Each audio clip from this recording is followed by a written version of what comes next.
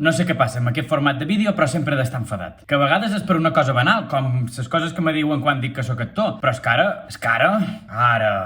Però què li passa a Espanya?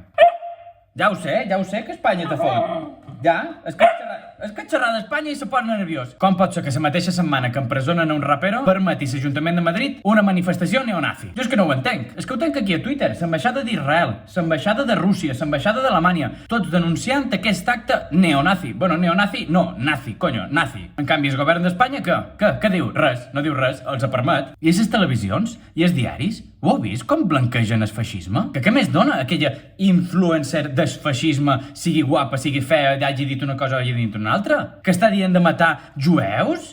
Però de què aneu? Que se mos estan en solla o què passa? Però què és això? No ho sé, en fi, a mi m'enfaden aquestes coses. Jo no sé si vosaltres vos enfaden, però a mi m'enfaden molt, perquè se va començar així i vàrem acabar amb una Segona Guerra Mundial.